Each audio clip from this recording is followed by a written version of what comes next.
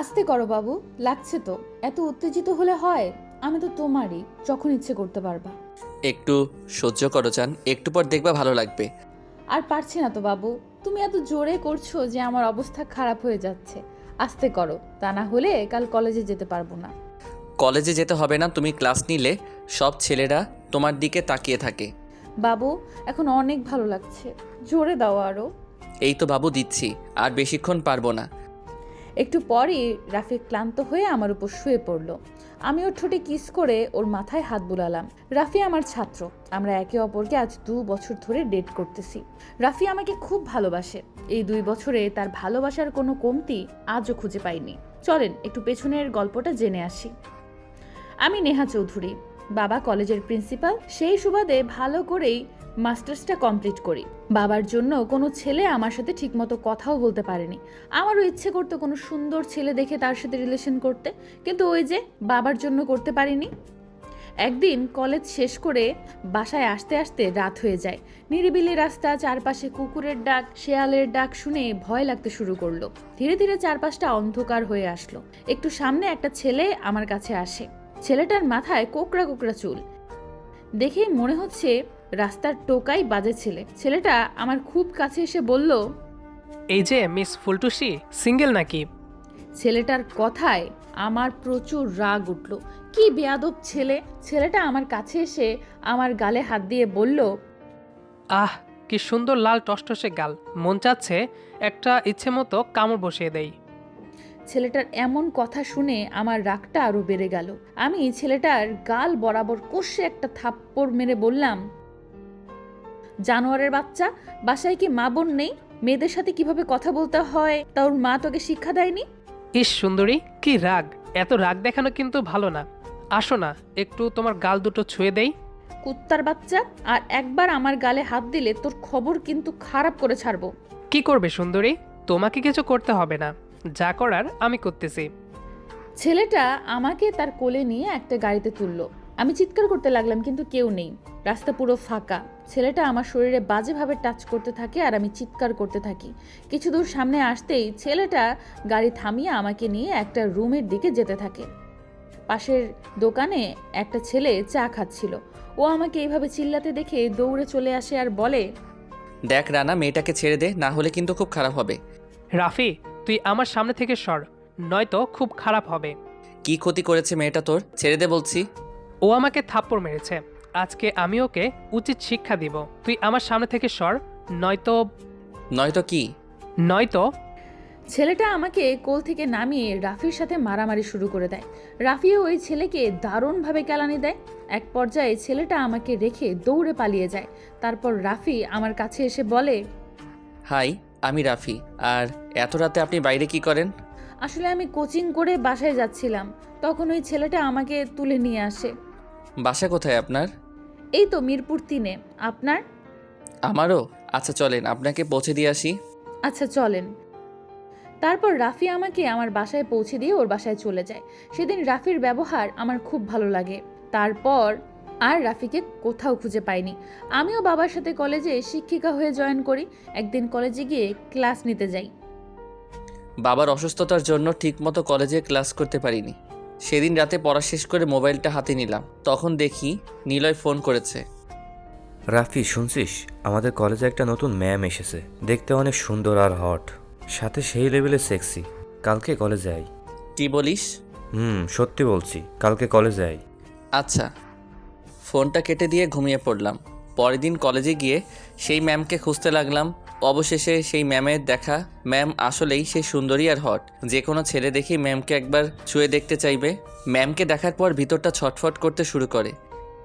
আমিও ম্যামকে ফলো করে ক্লাসরুমে প্রবেশ করি। ম্যাম শাড়ি পরে আসায় ম্যামের নাভির কাছে কালো তিলটা স্পষ্ট বোঝা যাচ্ছে। আমিও এক দৃষ্টিতে ম্যামের সেই তিলটার দিকে তাকিয়ে রইলাম। ম্যাম আমাকে দেখে বলল, এই ছেলে, এইভাবে কি দেখো? আমি ছেলেটার দিকে তাকিয়ে দেখি, এ মা, এটা তো সেই দিনের সেই ছেলেটা যে আমাকে বাঁচিয়েছিল। আমি ছেলেটাকে দাঁড় করালাম, তারপর জিজ্ঞেস করলাম, আচ্ছা তুমি রাফি না? জি ম্যাম। মনে আছে তোমার, সেই দিন তুমি আমার জীবন বাঁচিয়েছিলে? আমি একটু ভেবে বললাম, হ্যাঁ ম্যাম, মনে আছে। কলেজ শেষ করে আমার সাথে দেখা করবে, ওকে? এখন বসো। আচ্ছা ম্যাম। তারপর ক্লাস শেষ করে ম্যামের জন্য অপেক্ষা করি। তারপর কথা বলি। ম্যাম তো দেখি আমার জন্য নাকি অনেক চিন্তা করতো। আমি কোথায় থাকি, এতদিন কই ছিলাম, কী কাজ করি সব কিছু জিজ্ঞেস করে। তারপর মোবাইল নাম্বার নিয়ে বাসায় চলে আসি। রাতে ম্যাম ফোন দেয়। তারপর দুজনে কথা বলতে বলতে একে অপরকে ভালোবেসে ফেলেছি। এখন আর কলেজে আসলে ক্লাস মিস করি না। ক্লাস করার একটাই উদ্দেশ্য ম্যামকে দেখা। ম্যামের হাসিটা অনেক সুন্দর। আস্তে আস্তে ম্যামের সাথে অনেক ফ্রি হয়ে যাই। একদিন ম্যামকে বলি, ম্যাম আপনার কি কারোর সাথে ইন্টিমেট হওয়ার ইচ্ছে করে না? ধুর পাগল, কি বলো এসব? ম্যাম, যা বলছি সত্যি বলছি। আপনার কি কারো আদর নিতে ইচ্ছে করে না? কাউকে জড়িয়ে ধরে আপনার শরীরের জ্বালা মেটাতে ইচ্ছে করে না? আপনার বয়সও তো কম হলো না। এতদিন কেমনে আছেন, কিভাবে আছেন একটু বলবেন? ইচ্ছে সবার করে, তেমন আমারও করে। তাই বলে সব কিছু ভাবাটা যত সহজ, কিন্তু বাস্তবে করাটা ততই কঠিন। আমারও ইচ্ছে করে কাউকে ভালোবাসতে, কারোর সাথে মন খুলে কথা বলতে। আমার ছাত্রীরা সবাই প্রেম করে, এক একজনের 5 থেকে 6টা করে বয়ফ্রেন্ড। কিন্তু সেই জায়গায় আমার একটাও বয়ফ্রেন্ড নেই। তার কারণ কি জানো? তার একমাত্র কারণ হলো আমার বাবা। ছোটবেলা থেকেই বাবা আমাকে একা থাকতে শিখিয়েছে। কোনো ছেলের সাথে কথা বললে ওই ছেলেটাকে কলেজ থেকে বের করে দিত। বাবার জন্য আজও কোনো ছেলে আমার সামনে দাঁড়াতে ভয় পায়। আমারও ইচ্ছে করে কাউকে জড়িয়ে ধরি, ইচ্ছে মতো কিস করি, এক অজানা জগতে তলিয়ে যাই। আপনি চাইলে কিন্তু আপনার স্বপ্নটা আমি পূরণ করে দিতে পারি। কিন্তু কিভাবে? আপনি কি আমাকে ভালোবাসবেন? তা তো আমি তোমাকে সেই প্রথম দিন থেকেই ভালোবাসি, সেটা আবার বলতে হয় নাকি? তাহলে চলো আজকে থেকে আমি আর তুমি ওইসব করব। দেখবে অনেক মজা পাবে। না রাফি, সেটা হয় না। কেন হয় না? কেউ জানতে পেলে কি হবে বুঝতে পারছো? কিছুই হবে না, আর কেউ জানতেও পারবে না। কোথায় করবে? তোমার বাসায়। কি? কোনোভাবেই সম্ভব নয়।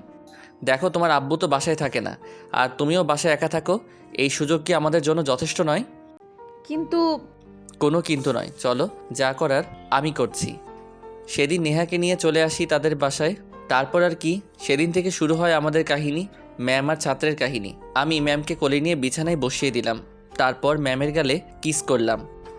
রাফি, আমার কেমন কেমন যেন লাগতেছে। ও কিছু না ম্যাম, প্রথম তো তাই এমন লাগতেছে। রাফি, আমার আর সহ্য হচ্ছে না, প্লিজ তুমি কিছু করো, না হলে আমি থাকতে পারবো না। এই তো ম্যাম করতেছি।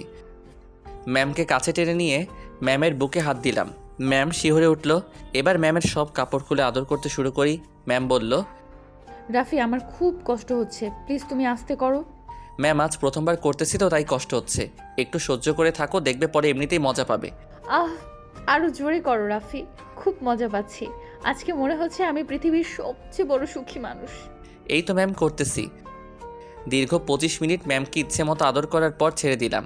ম্যাম এবার আমাকে ছেড়ে দিয়ে নেহা কাপড় চেঞ্জ করতে করতে বলল, রাফি, সত্যি তুমি অনেক হট। সত্যি বলতে আজকে অনেক মজা পেয়েছি। তুমি এভাবে আমাকে প্রতিদিন আদর করবে তো রাফি?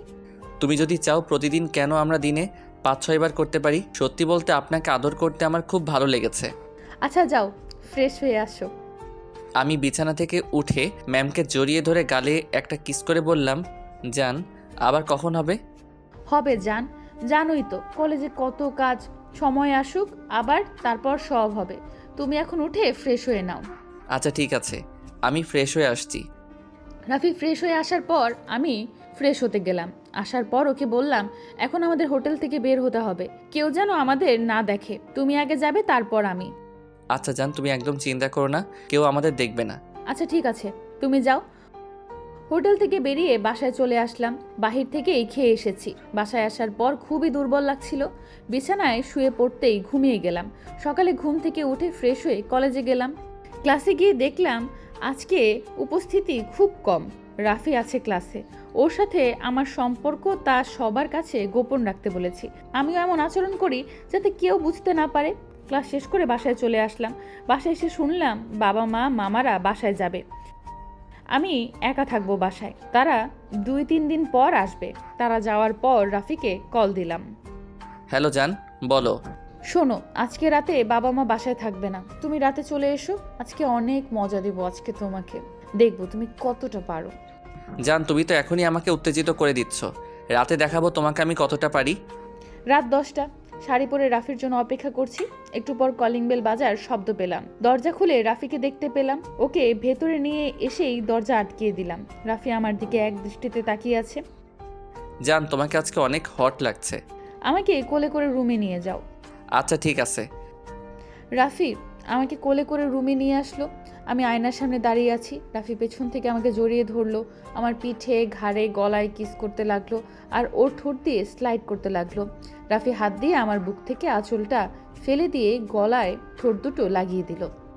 আমার বুকের উপর রাফি হাত রাখলো আর গলায় কিস করতে লাগলো। তারপর নিচু হয়ে আমার পেটে, নাভিতে ঠোঁট দিয়ে স্লাইড করতে লাগলো। জান, তোমার নাভিটা অনেক সুন্দর। আজকে তোমাকে অনেক হট লাগছে। তুমি জানো, তোমার নাভির ওই তিলটা আমাকে আরও বেশি করে পাগল করে দেয়। রাফি আমার নাভির ঠোঁট দিয়ে স্লাইড করতে লাগলো। তারপর উঠে আমার ব্লাউজের হুকটা খুলে ফেলে ঠোঁট দিয়ে স্লাইড করতে লাগলো আর হাত দুটো আমার বুকের উপর। আমি যেন উত্তেজনার চরম শিখরে পৌঁছে গেলাম। রাফি আমার শাড়িটা খুলে ফেলে দিল, আস্তে আস্তে আমার শরীরের সব কিছু খুলে ফেললো। তারপর আমাকে কোলে তুলে নিয়েই বিছানায় ফেলে দিল। রাফি ওর শার্ট প্যান্ট খুলে আমার উপর শুয়ে পড়ল।